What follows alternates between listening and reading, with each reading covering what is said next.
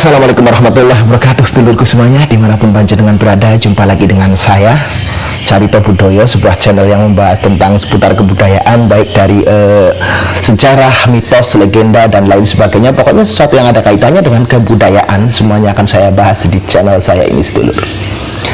Dan di video kali ini saya akan membahas tentang apa itu wawaler atau nasihat bijak dari orang tua kita dulu.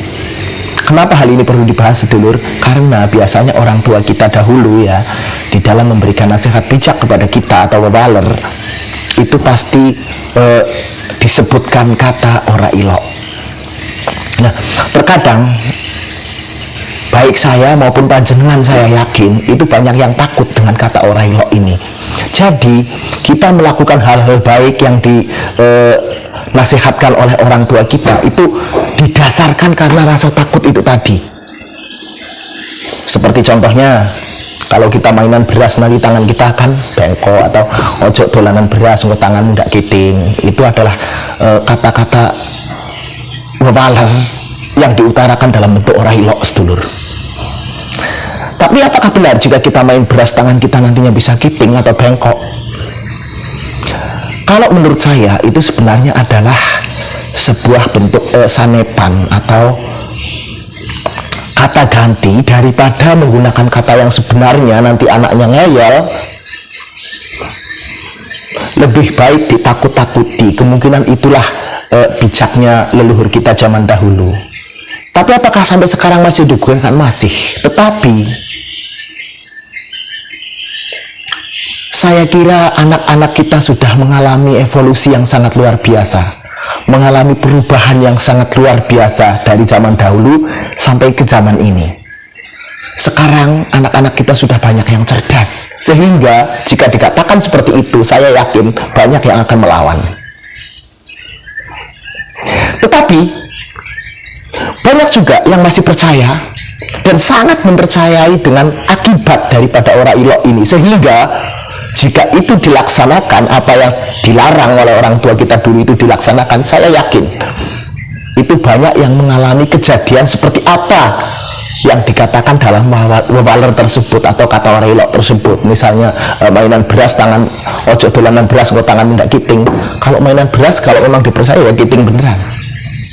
Apa itu bisa dijelaskan dengan logika? Bisa.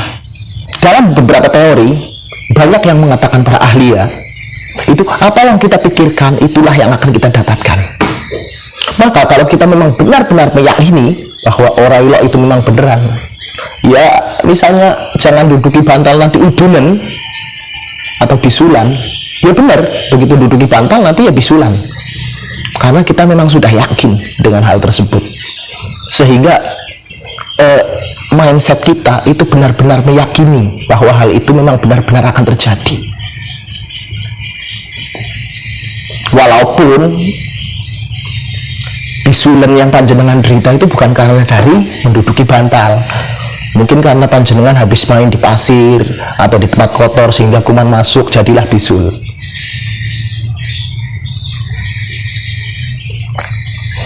Nah, di sini saya akan mencoba menerangkan secara logika beberapa wawaler atau nasihat bijak yang disebutkan dalam kata ora ilok menurut orang Jawa. Akan saya bahas secara teori logis saja, sedulur. Pastinya panjenengan pernah mendengar kata-kata dari orang tua panjenengan, terutama yang di Jawa. Le, ojo jagong ngarep lawang, ngodak lamaranmu ditolak, atau seret jodoh, atau mungkin nanti rezekinya nggak mau datang. Banyak kok, banyak versi yang mengatakan seperti itu. Ada yang nanti lambat jodoh, nanti lamarannya ditolak, bisa juga nanti rezekinya tidak jadi datang kalau duduk di depan pintu. Apakah benar kata ora ilok seperti ini? Menurut saya, orang tua kita dalam menasihati kita, kenapa beliau itu mengatakan kalau duduk di depan pintu itu nantinya lamaran akan ditolak, rezekinya tak jadi datang, kemudian sulit jodoh. Itu sebenarnya hanya untuk menakut-nakuti, sedulur. Yang benar, kalau kita duduk di tengah pintu ataupun di depannya pintu, itu kan akan mengganggu lalu lalang orang yang akan melewati pintu tersebut. Jadi kita dianggap mengganggu karena kita duduk di depan pintu, sehingga orang yang akan masuk rumah maupun keluar rumah itu tidak leluasa, sedulur.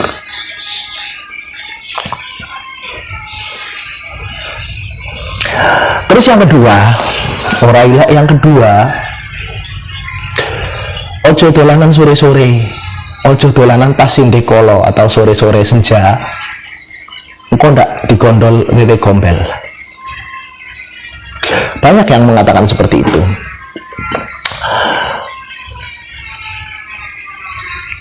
Logikanya memang benar. Saya pernah membaca dalam sebuah hadis pun juga Rasulullah melarang anak untuk bermain pada sore hari atau senja, karena katanya di situ banyak setan yang sedang berkeliaran.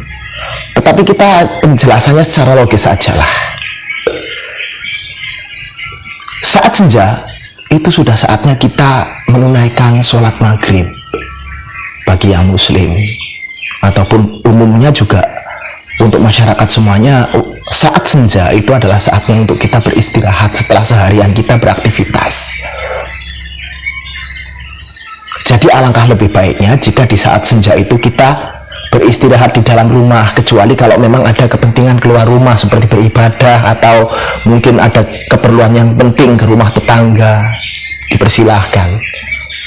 Tapi kalau memang tidak ada sesuatu yang penting, maka di saat senja seperti ini adalah kesempatan kita untuk menikmati istirahat kita dengan tenang, dengan santai. Lalu yang selanjutnya, ora ilok yang selanjutnya adalah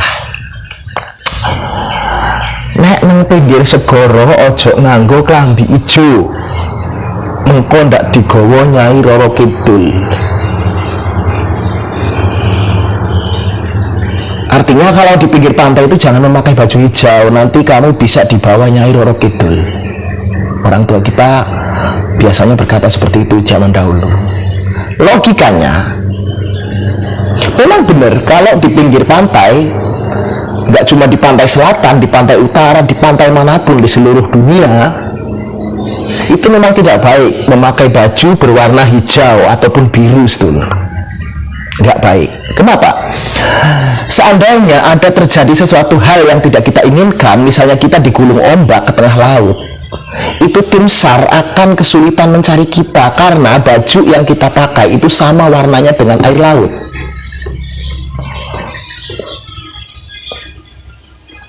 Sehingga diharapkan kalau kita mau bepergian ke pinggir pantai,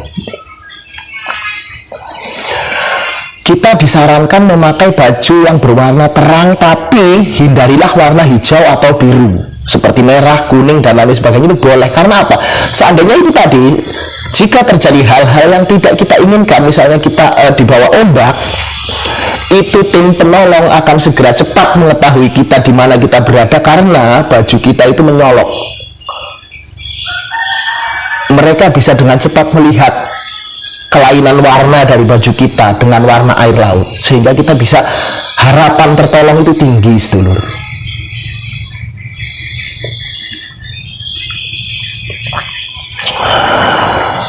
Terus relok yang berikutnya adalah nek aweh ki aja njaluk bali, mengko ndak kowe gondoken. Artinya kalau memberi itu jangan mengharap kembali. Nanti kamu bisa apa yang di sini itu namanya gondok, ya gondok juga ya, yang kelenjar tiroid membesar itu gondok namanya kan. Nah itu banyak yang takut dengan hal ini. Jadi kalau kita memberi, kita tidak mengharapkan kembalian karena takut gondokan ini besar. Sebenarnya di dalam hal ini orang tua kita itu mengajarkan bahwa di dalam kita memberi, jangan sekali-kali kita mengharapkan untuk kembali. Budaya yang sudah terlanjur menyebar pada kita adalah sodakohlah agar hartamu berkah. Memang benar, memang benar. dalam agama manapun itu menganjurkan untuk memberi agar supaya apa yang kita punya itu bisa berkah. Dan tidak ada satu agama pun yang mengatakan bahwa sodakoh itu membuat kita miskin. Itu memang benar, saya akui. Kebudayaan manapun mengatakan bahwa sodakoh itu adalah tindakan baik yang tidak mungkin menjadikan kita miskin. Tetapi karena banyaknya dalil yang mengatakan seperti ini, kadang kita kepingin kaya itu kita bersodakoh, itu sudah tidak ikhlas dulu. Kita sodakoh karena kita menginginkan kaya. Masalahnya saya sudah banyak berguru kepada guru-guru spiritual, mohon maaf. Banyak yang mengajarkan untuk mencapai sebuah kekayaan kita harus banyak memberi. Nah, kalau kita memberinya dengan harapan kita kaya, terus di mana keikhlasan? Makanya orang tua kita memberikan sanepan atau wewaler atau kata bijak dengan kata warailo. Nek aweh kuwi ojo ngarepno bali engko ndak kowe gondoken. Itu sebenarnya adalah mengajarkan arti sebuah keikhlasan, sedulur. Kalau kita memberi ya memberi saja, jangan kita mengharapkan apapun dari pemberian kita. Lillahi ta'ala. Terserah Tuhan nanti yang membalas.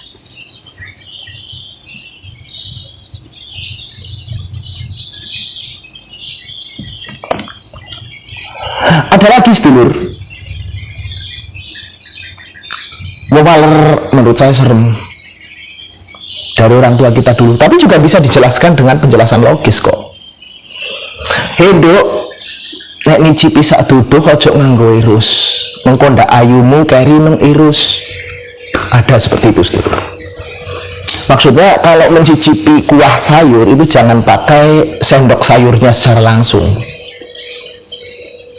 Kata orang Jawa, kalau pakai sendok sayur itu nanti kecantikannya itu akan ketinggalan di sendok sayur tersebut.